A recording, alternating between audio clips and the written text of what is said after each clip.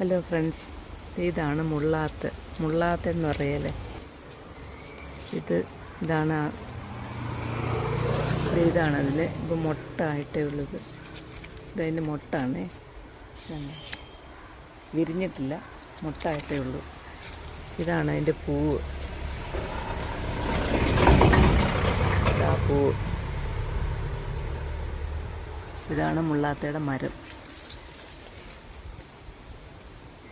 ഇത് ക്യാൻസർ പേഷ്യൻറ്റിന് നല്ലതാണ്. ഞങ്ങളുടെ വീട്ടിലൊരു ക്യാൻസർ രോഗി ഉണ്ടായിരുന്നു. പുള്ളിക്ക്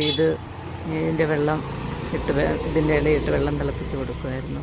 പിന്നെ ഇതിൻ്റെ കായൊക്കെ ഓരോരുത്തരോടൊക്കെ മേടിച്ചൊക്കെ കൊടുക്കുമായിരുന്നു. ഇതാണ് ആ മരം, മുള്ളാത്ത. ഇതിൻ്റെ മുള്ളാത്തയ്ക്കായിട്ടൊരു വീഡിയോ ഞാൻ നേരത്തെ ചെയ്തിട്ടുണ്ട്. ഇതാണത്, ഇതെന്താ മുള്ളാത്ത.